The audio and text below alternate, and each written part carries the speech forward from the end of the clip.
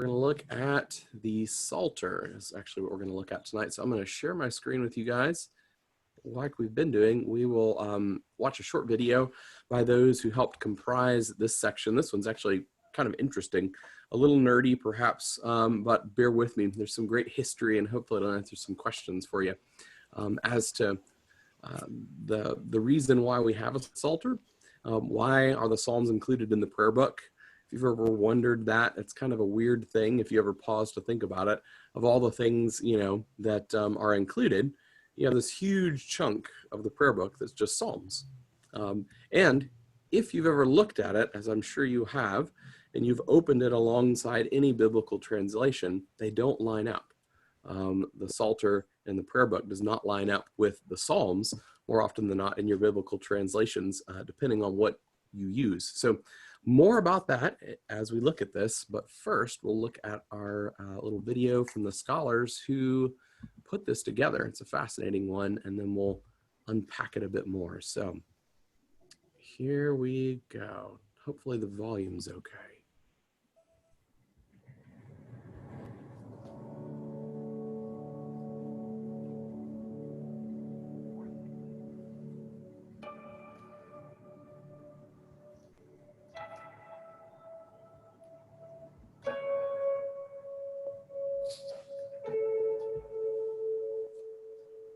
I am Phil Ashey from the American Anglican Council. We're continuing our introduction and orientation to the 2019 Book of Common Prayer.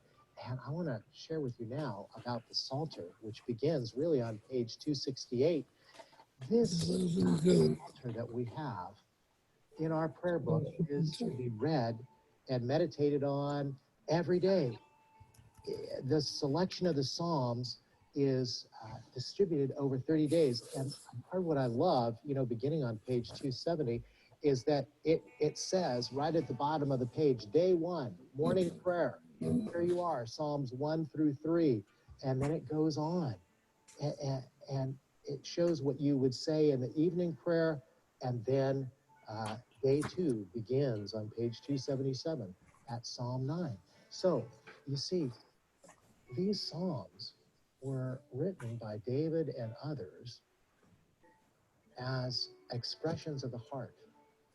Jesus quoted them so frequently in his teaching because they represent the human condition.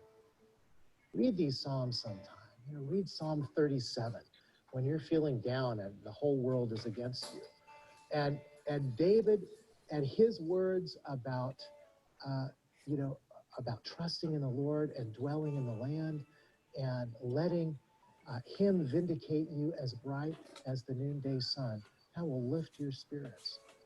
We say these Psalms because they shape our thinking about everyday life, the challenges, the hurts, the wounds, the joys, just as they did to David. The other thing I love about the Psalter here is that it takes all of the Psalms, all 150 of them, and breaks them into pieces that you read over 30 days and actually says in the prayer book, okay, day 1, morning prayer starting on 270, it'll take you all the way through all the Psalms for that day, morning and evening, that you can read, and goes through the whole Psalter that way. So you can cover it in 30 days. So let's listen in on how this wonderful updated version, which keeps the beauty of the original Hebrew translation and the musicality, the rhythm, the ability to put it to chant even, all intact. Let's listen in. My name is Erica Moore, and I'm Academic Dean and Professor of Old Testament and Hebrew at Trinity School for Ministry in Ambridge, Pennsylvania. So the Psalter, it's the collection of 150 Psalms that we find in, usually you just have to open up your English Bible to the middle and it will land in the Psalter or the 150 Psalms. And the Psalter has been part of the prayer book since its inception. Well, folks use the Psalter in many different ways. One of the practices that I wish I could say I have incorporated into my own spiritual disciplines, I haven't, and I wish I could, is reading 5 Psalms a day. If you read 5 Psalms a day, you read through the Psalter every month. So and there are many people who do that. So that is one. In singing, so many psalms have been put to music. So, and then praying, we pray the Psalter. A lot of Christians, we think we learn about Jesus exclusively from the New Testament. And Jesus himself, you remember on the road to Emmaus in Luke 24, he's there at the first Easter Sunday, and he's talking to Cleopas and his buddy, and he opens up the Psalms and Moses, and he shows them how the entire Old Testament finds its ultimate fulfillment in himself. And so I think once Christians understand that we can learn about our Savior in the Psalter, I think that's a real inducement to reading that passage, those passages of scripture.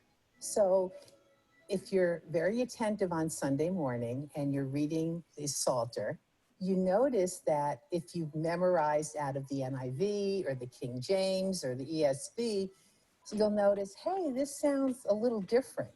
In the Psalter in the prayer book is what we call the Coverdale Psalter. Miles Coverdale was a bishop in the 16th century, and he worked on coming up with this Psalter that is based on something called the Vulgate. Okay, the Vulgate is the common Latin translation that a saint named Jerome worked on. And Jerome, he actually made 3 translations of the Psalter, but the one that took was his translation based on what we call the Septuagint, which is a Greek translation of the Psalter and the whole Old Testament. And so when Coverdale made his translation of the Psalter, he was several steps removed from the language that the Old Testament and the Psalms were originally written in, which is primarily Hebrew, a little Aramaic, but primarily Hebrew. So the Coverdale Psalter is a Psalter based on the Vulgate, based on the Septuagint. Also, Coverdale used some German help, especially Luther's Bible. So, and he's writing in Elizabethan English. And again, he's using not the original Hebrew, but he's using these translations. So the distance of time, his own distance from the original text, we're going to come up with some translations that are a little different than our NIV or ESV today. So another reason why the Coverdale Psalter is so beloved is because Coverdale had this incredible ability to capture the cadence and rhythm of Hebrew poetry, heightened language, in the English language. And so we talk about the Psalter being the songbook. You can sing Coverdale. So, for example, the ESV, the NIV, technically, in many places, they are a much better translation, but you just can't sing them. But his turn of phrase, his use of language, it's memorable. And so many people, that's why we end up praying the Psalms back to the Lord, because with the Coverdale Psalter, we're able to just have that etched in our memory and able to sing it much more readily than many modern translations. We started in 2015, and the committee consisted of Travis Bott from Neshota. He teaches Old Testament there. John Crutchfield from Columbia in South Carolina, teaches Old Testament. I'm from Trinity. And then we started out just the 3 of us. And you get 3 Hebrew scholars together and just looking at the text. We were getting a verse done every hour. And Bishop Duncan said, we'll never get done. And so he added Daryl Critch to the equation. And Daryl is a musician and an ordained priest from Canada. And he was able to keep us going, to get us out of the weeds. And he would often say, okay, enough speaking in tongues, let's move on. And his addition is what allowed us to get done in time. And what we did was we met every Friday by teleconference from 2 to 4:30. And then we got together several times a year. And it's almost like we locked ourselves in a room, dinner was served under the door, and we were sequestered until we had a certain amount of work done. And we just worked on this for years. And in addition to being blessed by working on the scriptures for so many years, I've made 3 dear friends for life. You just don't study the scriptures together for that long and not bond in the unity of the Holy Spirit.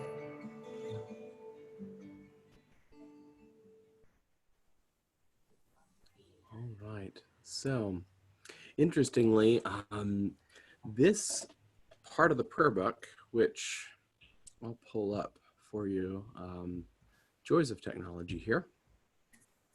I can actually show you as we go what we're looking at together here. This part of the prayer book is actually probably one of the great treasures in this edition. It's actually a copyrighted portion because it truly is, as she noted, kind of original scholarship to update this. I know that she kicked a lot of terms around there, and we'll unpack some of those. Most of them you probably caught and understood, but we'll recap them. But it's truly amazing the way that they updated this. As she noted, from our first prayer book, the first prayer book is dated from 1549. Even prior to that, in its formation, about a decade early in 1539, under King Henry VIII's direction, as she noted, Miles Coverdale, who helped produce the Great Bible as we know it, also produced what became known as the Coverdale Psalter. What made it unique was indeed the fact that down through the ages, while we've had continued translations, some of which are more accurate in exact phrasing, have never been able to quite achieve what Coverdale did way back then in putting things in a rhythm, in a metric that was actually intended to be sung as much as it was intended to be read or even just spoken. So we'll look at that in a minute. I've actually got an example of kind of how that lines up and why they're different. But notice this, that in the Coverdale Psalter, in this prayer book, the differences are not in substance, but they're rather just in style. So we'll look at some of that in a bit.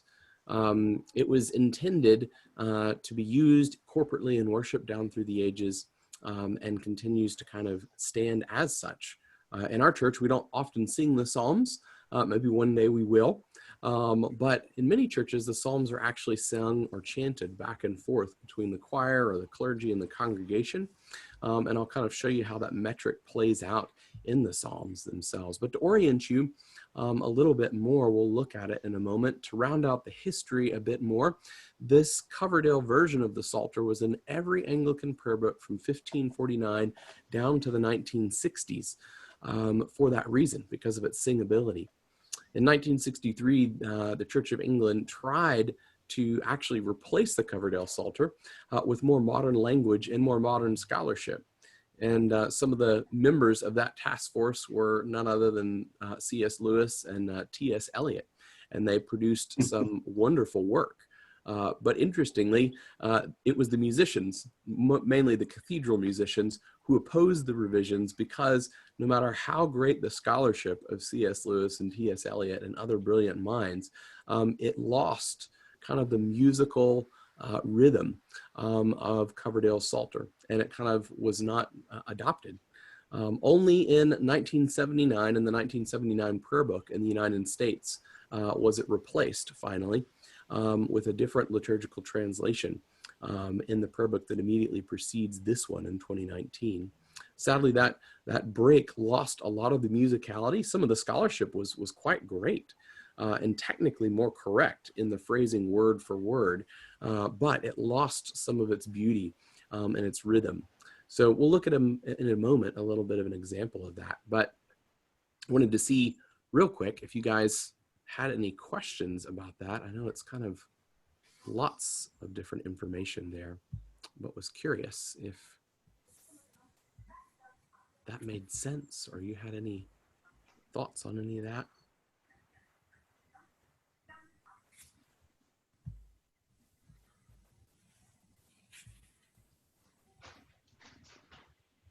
All right. Well, while you're pondering, let me take you through it. If you're looking at the Psalter, it starts on page 267 in the 2019 prayer book. It has a little bit of a synopsis here in 268 that gives you a little orientation. As the scholarship in the video noted, every prayer book, even from 1549 and downward, included a pattern for reading the Psalms. There's a 30-day pattern, which actually followed more of the monastic pattern, whereby they indeed would go through 5 Psalms a day, not only just reading them, but often singing them, which took considerable time. And then later on, there was kind of a broadening of that, or a 60-day Psalter that is what most people use in daily morning and evening prayer, that kind of breaks that down a little bit. You still get through it, of course, kind of bi-monthly, but they continue to preserve in this prayer book, as they have many others, kind of that original 30-day plan, so that those who want to or want to kind of try that out can do so. This is actually a new addition to this prayer book, which is beautiful. It's, to my knowledge, not been in prayer books prior, and I think it's a great resource on page 269. They've broken up the Psalms, all 150 Psalms, by kind of topic. God the Creator, God the Redeemer, so on and so forth. Psalms on worship, Psalms of thanksgiving, Psalms of prayer and trusting in God and guidance, times of trouble. So it's a great resource to even kind of dog-ear, bookmark, whatever your preference. Get little tabs that you can stick there, so that can be a resource for you in your own life. So it's kind of a wonderful place to begin, and it starts out there before you even get into the Psalter itself. You'll notice if you move in, or let me ask you, any questions or thoughts or reflections on that?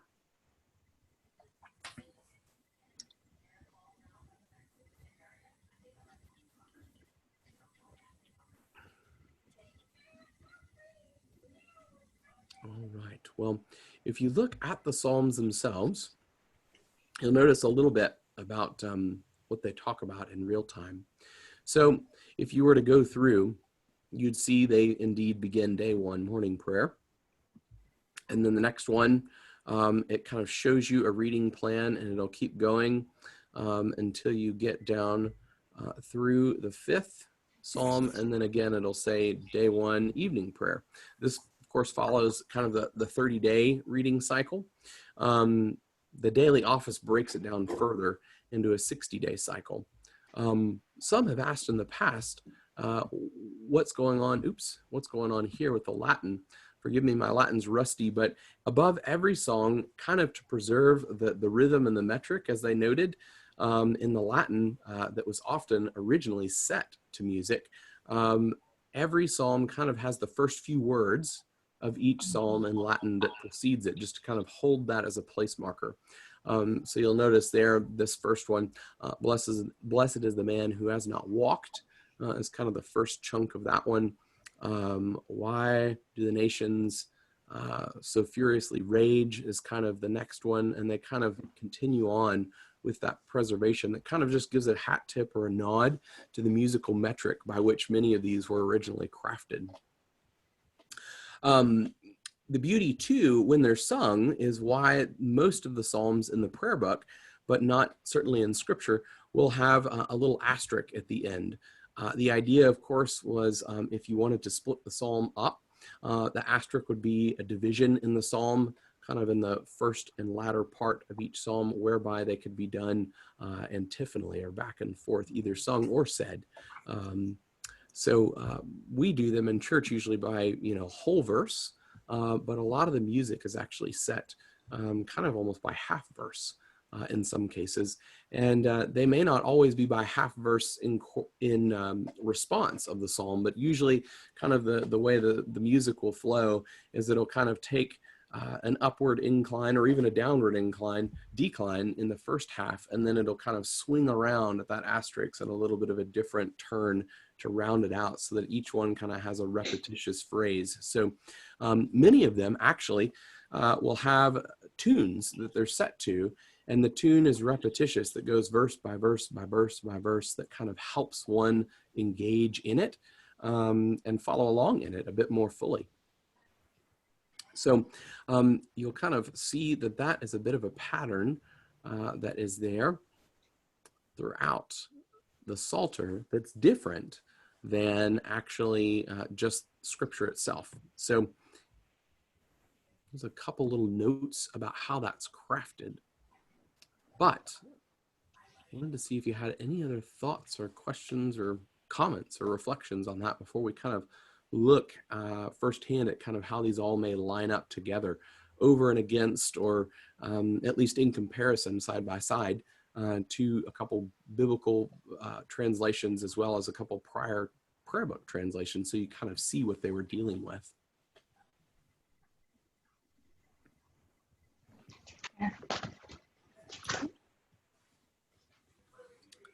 Okay. Let me show you. If I can find where I minimized it. Many things minimized on my screen here.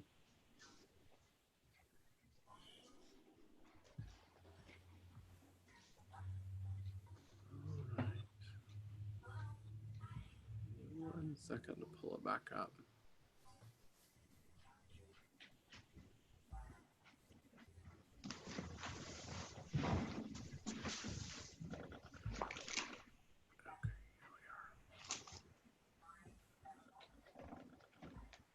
Okie dokie. So, I'm kind of zoom this in so you can see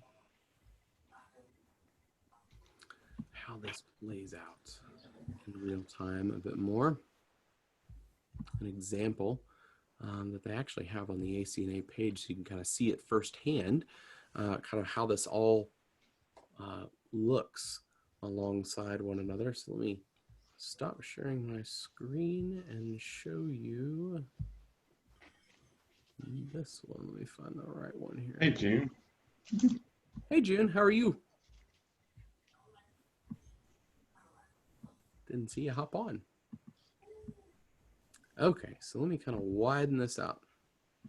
So here's an example, say, of Psalm 95. You can kind of read that, but what they wanted to do is show you the way in which these were crafted. So a lot of times, some of these are ones that we know quite well. Psalm 95 is actually the latter half of a psalm that we do every morning in morning prayer, or at least have the option thereof. There's a couple options there. And this latter portion is actually one that we read more often than not in Lent. And the actual scholarship can go either way. Provocation and temptation are in both versions, as you can kind of read. So the English Standard Version, which is what we use on Sunday, gives you that first kind of more scholarly and even technical translation of the psalm. Today, if you hear my voice, do not harden your hearts as at Meribah, as on the day at Massa in the wilderness, when your fathers put me to the test.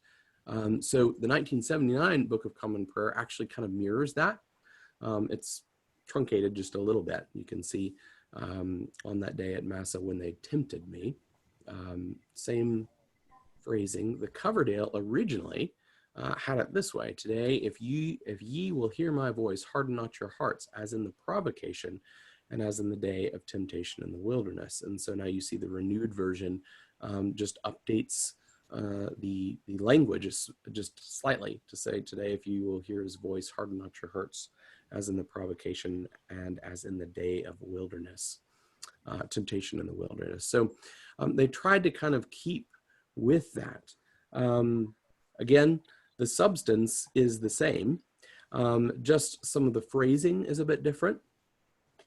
And the reason for that truly was in the cadence musically, in which they held on to that.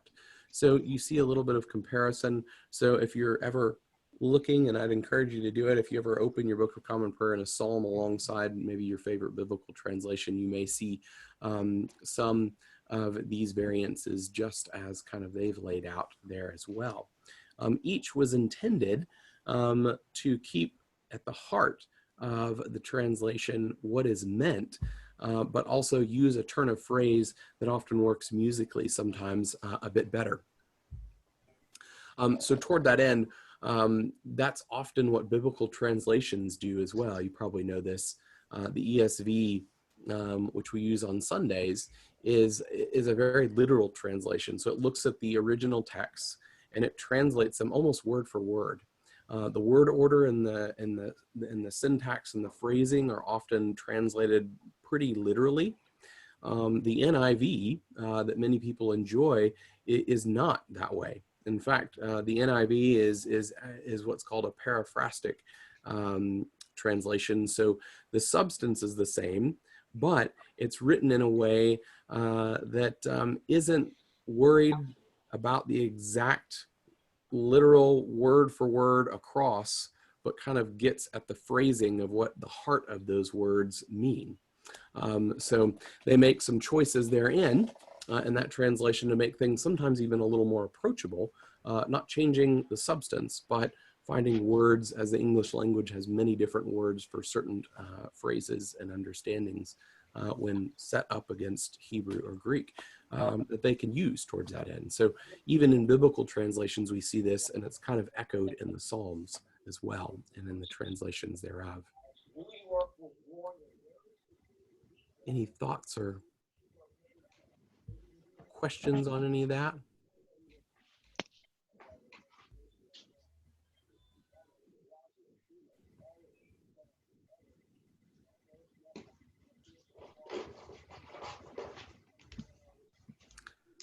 So here's my thought for you all, and maybe a little bit of a challenge for you going into Holy Week. So the Psalms, as Ken and Ashley really kind of pointed out, as you think about them, as you reflect upon them, and kind of as you engage them, we're always intended to kind of be prayerful. The beauty about the Psalms, as you probably well know when you look at them, is they're works of poetry. I mean, they're not history books. They're not a different kind of genre, but they're really poetic. And what they capture is kind of the raw human emotion. And each of the Psalms covers everything from anger to defeat to sorrow to victory. And that list that they've included on some of these selections kind of tip their hat to that in times of trouble, in times of peace and thanksgiving. So the Psalms really echo that, from David, some to Solomon, and some to kind of unknown authors as well. So they really do scratch at the depth of kind of what we feel, and in many ways articulate quite poetically things that are on our hearts. So what I'd encourage you to consider doing, maybe as a devotional practice during Holy Week, is to perhaps look at these Psalms for the Passion. There's 8 of them. So if you started on Palm Sunday, you'd end on Easter Sunday, and you could read through them. Some of them are short, some of them are long, but the beauty of them would be to do this. I'd encourage you to really approach them kind of in a prayerful manner, not just in a way to kind of tick a box or to, read for information. And let me give you an example of that. Let's take, for instance, where am I here? Psalm 19. Let's go to, so I don't get you seasick here. Okay, there's Psalm 22, which kind of begins that group of Psalms that is kind of flagged for the Passion. We actually read a portion of Psalm 22 throughout Holy Week. We'll encounter it on Monday, Thursday, if memory serves right, and all of my back and forth on bulletins this week. And we read it, of course, kind of right before the stripping of the altar. It really is talking and connects to Jesus as we remember his own words echoing these Psalms from the cross. You see some of those, you see some of them fulfilled in those moments of the Passion. But here would be a way that you can engage these devotionally. So rather than just kind of opening them up and just reading through, my God, why have you forsaken me? What you could do, which you can do as long or as short as you want, would be something to this effect. You could read through that first line or that first verse even, my God, why have you forsaken me? Why are you so far from my cry and the words of my complaint? You could pause there. You might turn that around and ponder that. When have I felt like that? When have I felt like my prayers bounce off of heaven? And when am I frustrated? Is God even there? We might even recall those moments. Maybe there's even a time or a season where we can kind of resonate with that. Or maybe we might even call to mind those in our lives who felt that way. They're undergoing times of trial in some form or fashion, and that may meet them where they are. And maybe it gives you a moment to lift them up in prayer as you think about those people. And then you might move on, say, to the second verse. Oh my God, I cry in the daytime, but you do not hear in the nighttime also, but I find no rest. Perhaps maybe there's a reflection on that, whereby we might even think, am I that diligent in my own prayer life, whereby I find no rest until I press into the Lord with such vigor as that? And maybe I might look at my own heart and life and say, Lord, give me a heart like that, where I'm restless until I can cry out to you and feel as though I have met you in some way. And then, of course, the Psalms always kind of take a turn back and forth. So verse 3 gets into that. But you remain holy, enthroned on the praises of Israel. Even in my distress, even when, as verse 1 and 2 say, it just doesn't seem like you're there. And I can't find rest. I still know who you are. Our fathers hoped in you, they trusted in you, and you delivered them. You kind of get the idea. You can kind of engage the Psalms, even just in a little bit of an internal not even dialogue, but just kind of conversation with the Lord in a prayerful way of where you are in your own life. So as you go through Holy Week, it might be helpful to do that. You don't have to do it verse by verse. Maybe there's chunks, and you'll kind of notice as you read through the chunks of the Psalms that as you go through them, they're kind of grouped up. Verses 1 and 2 about this kind of derelict cry, and then verses 3 and 4 and 5, this victory. But then again, swings back around to those words that we often hear in Stations of the Cross that Jesus himself echoes. But as for me, I'm a worm and no man, scorned by all and outcast by the people. So there's almost kind of this back and forth internal tug of war that's echoed in many of the Psalms. So in Holy Week, those Passion Psalms really are going to orient you toward Jesus in many of the portions of Scripture. You might even find ways to look up some of those. The joys of technology, of course, or you could just copy and paste verse 1. Where is my God, where have you forsaken me? And it'll pull up a list of other citations that go along with it. So there may be some ways that you can engage them in that way. So the Psalms were always intended to be devotional and not necessarily just great works of poetry or just human emotion, but were intended to be prayed. So I hope that's helpful. I'm going to stop our video here. Our recording here. I'll upload this for others, but let me see if I can do this.